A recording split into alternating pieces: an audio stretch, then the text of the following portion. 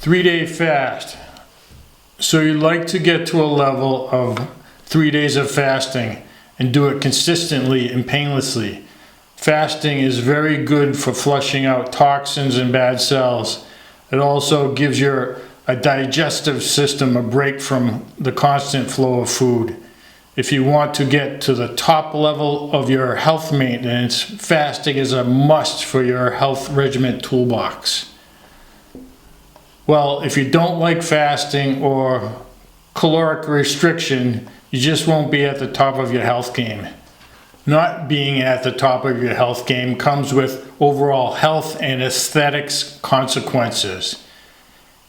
In other words, you won't be as healthy as you could be, and you won't look as good as you could. Your health span and lifespan will be shorter. This is all due to the accumulation of stuff that doesn't do your body any good. It's only to the detriment of your potential. Fasting is the garbage truck coming to pick up the trash that's a burden to your health. The more minimalistic you are with your food intake, the better, aka a diet clean and free from processed food and sugar, pesticides and all that. But no matter what, you'll still get some toxins in your body from your environment, and that's unavoidable. Even in a pristine environment, your body produces its own toxic junk. It also accumulates senescent cells, aka zombie cells. These zombie cells are old, non-functioning cells that produce inflammation, increase the rate of aging, and cause ailments and disease like cancer. By giving your body a long enough break from caloric intake with fasting methods, you can clean up your body. This will put you into a state of autophagy. Autophagy basically means self-cleanup of degraded cells, waste, and toxins. This is like throwing out all the clutter in your house you've been collecting throughout the years. Fasting burns the unneeded stuff in your body, getting rid of all the old useless stuff in your closets, drawers, basements, attic, and garage, under the bed. It's like starting with a fresh new house, clean and uncluttered, like when you move. Even as a minimalist, we collect way too much junk. I know I do. You wouldn't want to see my basement. Bottom line, you clean up your body house when you do an extended fast. You still need to do things like proper diet and exercise, but fasting will take you to the next level. It's all about habit building. We develop a habit of constantly having to eat something. This is not healthy. It's like a drug habit, always looking for the next fix. It's mental and physical. Fasting gets us in a habit of taking a break from food. The rhythm of taking a break from food consumption will feel natural and refreshing once it's part of your regular routine. Fasting is the cleanup crew that helps you remove bad, dysfunctional cells. Why have this crap in our body? It only degrades us, it makes us suffer. This lets a detrimental part of you die, so another can thrive and grow. If you're watching this, you already are focused on your health. Some type of fasting is a must if you really want to be at the top of your health game. There are some people in certain conditions that shouldn't fast. Those with eating disorders, if you have digestive issues, diabetes, if you're pregnant or breastfeeding, on medications that must be taken with food, and have a weak immune system or have cancer. Check with your doctor if you're not sure, so you don't have any issues. So let's get into this. The ultimate sweet spot when you get the most bang for your effort is when you can hit 3 days straight with fasting. That's where your body really kicks into full gear for a trash burn. The regular food that you eat is not there, so it takes the junk and burns that off. Like you've ran out of firewood to heat your house, taking the old broken furniture, wooden things in the basement and burning that.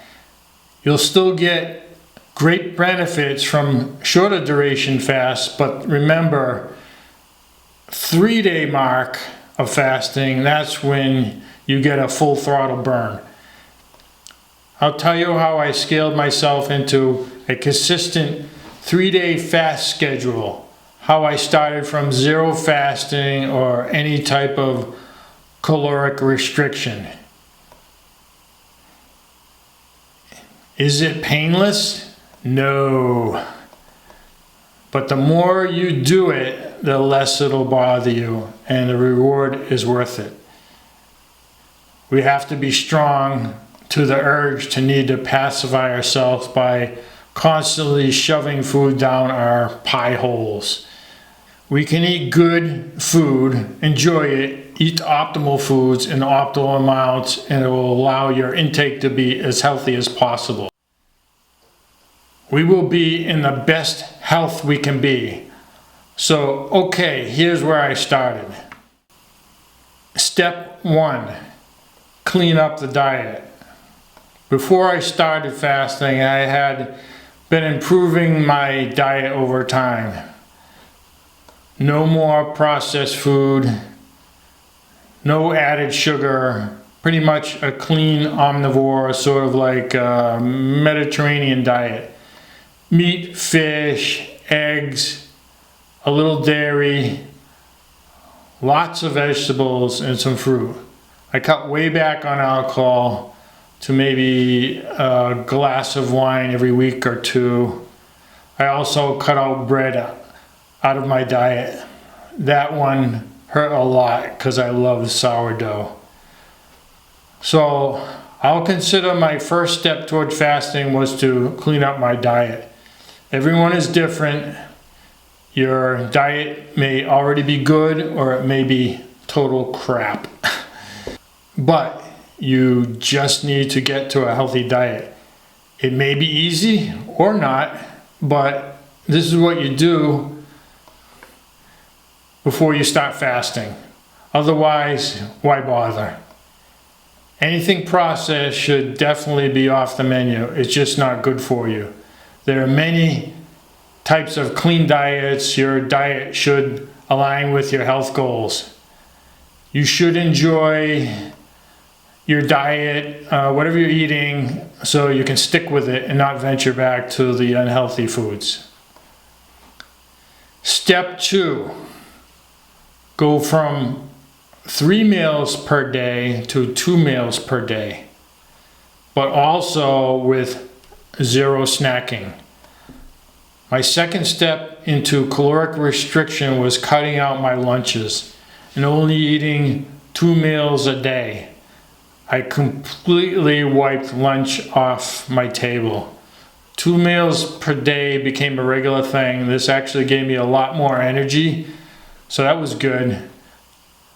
I was getting a regular afternoon burnout feeling every day after lunch for years. Skipping lunch solved this. So easy. Why the hell didn't I do this sooner? Yeah, lunch sucks my energy, but no more lunch for me. I'd been on 2 meals per day for a few months. I didn't really miss eating lunch. Pretty much, I didn't think about it because I wasn't hungry. This was also with 0 snacking. I just push through till about 4 o'clock, then I have black iced coffee, and then I'm good till dinner time. By the way, coffee is an appetite suppressant. Just you gotta make sure you don't put sugar in it. That's not good, especially if you plan on going on fasting. Overall, I got a good breakfast in, and I got a good fill at my dinner, so all was good. This was good for my waist too. Hello, abs. After 2 meals per day for a few months, I was ready to level up to more caloric restriction. 24 hours was next on my radar. I didn't mention this, but my diet was the same thing for breakfast every morning. 2 cups of black coffee, 3 boiled eggs, handful of walnuts, handful of pecans, and a smoothie with fruit like avocado, kiwi, blueberry, milk, and Greek yogurt. And I throw in some almonds and grind it in Ninja. No snacking between meals, no snacking period. For dinner, I have the same ginormous salad every day and some meat like chicken, beef, pork, fish, or shrimp, and some other vegetable like broccoli or Brussels sprouts. Occasionally I'll have rice or potato, but for the most part I'm very low carb. Doesn't sound like too much fun, does it? Well, I'm good with it. I make it taste good. If you perceive it as suffering, think of it as suffering that leads to a new life, like working out to build muscle. Pain and reward. The reward is worth it, 10x. I got to more of a feeling of food as a tool instead of a pleasure fix. I would compare it to social media. We can use it for a tool to learn, or we can use it to rot our brains out with useless nonsense. I don't eat nonsense. I eat things I enjoy, but only things that are good for me. Like for instance, things like cakes and cookies are just seductive crap loaded with sugar. It's pretty straightforward. Step 3. A 24-hour period without food. This was actually not too bad, but I also discovered the easiest way to do it. The key point to make it 24 hours without food go painlessly as possible is to eat breakfast. In my case, a regular breakfast, then just water and black iced coffee for the rest of the day, and just wait to eat next time with the following day's breakfast. You could go dinner and wait till the next day's dinner to eat, but I found that this didn't work as good for me going into the longer fasts, meaning I had a more grueling hunger making dinner my last meal. Maybe that will work better for you. Just test it out and make it as painless as possible. On a 24-hour fast, going breakfast to breakfast, the latter part of the fast is spent sleeping. You won't be thinking about food when you're zonked out. If you go into a fast as your last meal being as a big dinner, essentially you'll be having more fuel going into it. But my dinners are big, my breakfasts are filling for the most part, but dinner is the king. Going into a fast, I go with little lighter with breakfast as my last meal. Maybe it preps me better. You'll see how your body reacts, and whatever is more comfortable or less grueling, go with that. But fasts are only fast if you're also not snacking. No snacking is to be done during fasting. 24 hours without food is super easy. Some people actually only eat one meal per day, every day. So essentially they're doing 1 day fast every day as long as they're not snacking, but also considering how long their meal takes to eat. If it takes say an hour or two, then they're fasting for 23 hours or 22 hours straight. But if they're eating for 5 hours, I guess that doesn't really count. But eating only for an hour, that would count as a full day fast. Once I started doing my 24-hour fast, I just kept doing it 1 day per week. Sunday is my fasting day. I eat breakfast in the morning, and then I just wait 24 hours to eat breakfast again. And the only thing I have between there is water with a little bit of splash of lime and some black iced coffee, and sometimes just regular water. It's painless for me now, and it pretty much has been from the start. I gave the 24-hour fasting about a few months before I made my next move. Step 4, it's time for the 3-day fast. Wait, what? We don't want to try 2-day fast first? You know what? You know about getting your second wind? A 48-hour fast has about the same amount of hangry as a 72-hour fast. If you can go 48 hours, you can easily go to 72 hours. It's weird like that. Everybody that does it knows it. Also, you are better off hitting the 3-day full senescent cell burn stage than missing the mark with a sub-level 48-hour fast. I tried a 48-hour fast and literally they feel the same as a 3-day fast.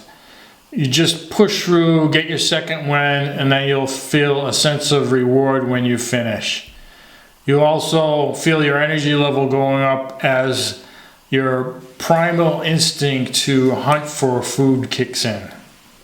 I just have water and coffee in the midst of my fast. Sometimes my water has, like I said, a splash of lime juice, but my coffee is always just black. I take a lot of supplements, but during my 3-day fast, I don't take a majority of my supplements because some are best taken on a full stomach. I only take a few amino acid supplements that are easy on my stomach when I'm fasting. Also, I avoid taking collagen peptides on my 3-day fast. This I usually take in my morning hot coffee. It's got some calories, and at 20 grams it's 70 calories, so I consider it as a fast breaker for me. Let's talk about pain and suffering. You'll certainly go through some. Day 2 is the hardest. That's when your body starts saying, ah!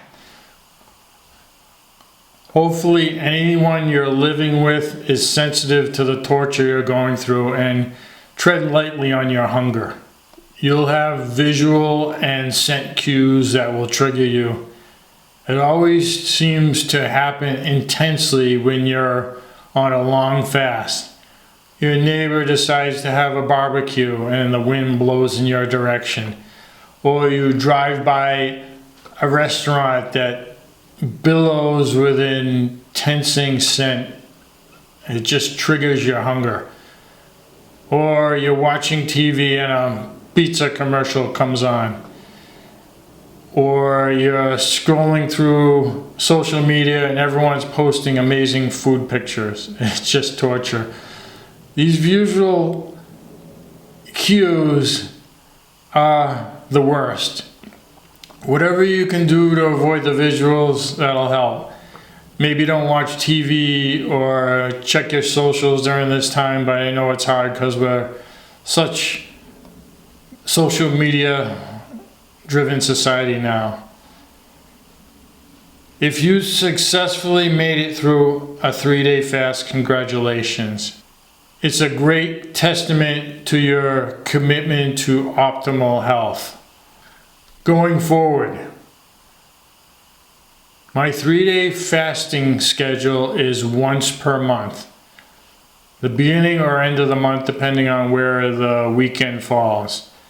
I always start a fast on Sundays after breakfast. I fast once a week for 24 hours. But one of those times in a month is a 3-day fast. So in a given year, that adds up to 76 days of fasting, which is about 21% of the year. This is great for ridding of bad cells and toxins. This is on top of me skipping lunch and snacking. So this is running the fuel mixture really lean, making my body fuel efficient. My bad stuff is all burned off. Our body at peak has different needs depending on how we use it. I feel I'm dialed in for my body. I work out, but I'm not looking to get ripped. I just like to keep a lean endurance muscle body made for longevity. If you're really muscular and want to stay that way, you can still fast, but you'll have to keep a certain nutritional level in mind for that. If you watch this video this far, you're either fasting at some level now and looking for some new tips, or you're new to fasting and ready to give it a shot. Either way, know that fasting has amazing benefits that people have been tapping into for thousands of years. The world record for fasting duration is 1 full year. I'm not kidding. This guy was extremely overweight. I personally know of a guy that fasted for 70 days. He was aiming for 100 days, but he tapped out at 70 days. He's the founder of a very large Buddhist philosophy organization. I've taken a couple classes at his school. As you can see, 3 days of fasting is very doable. When I decided to go for it with 3 days of fasting, it was right after I heard that my Buddhist school founder did a 70-day fast. I had already been doing 24-hour fasts, so I figured a 3-day fast should be no problem for me. Buddha was said to have done 100 days of fasting. The first time I did a 3-day fast, it wasn't so bad, but it wasn't so good. But the more I do it, the more my body adapts. Like the full moon every month, my body says, oh, here we go again. Good luck and minimal torture on your fasting experience. Have a great fast, but go slow and scale in. Thanks for watching. Click that button if you like. Hit the other button if you want to see some more upcoming videos. Click some links. Peace out till the next time we see.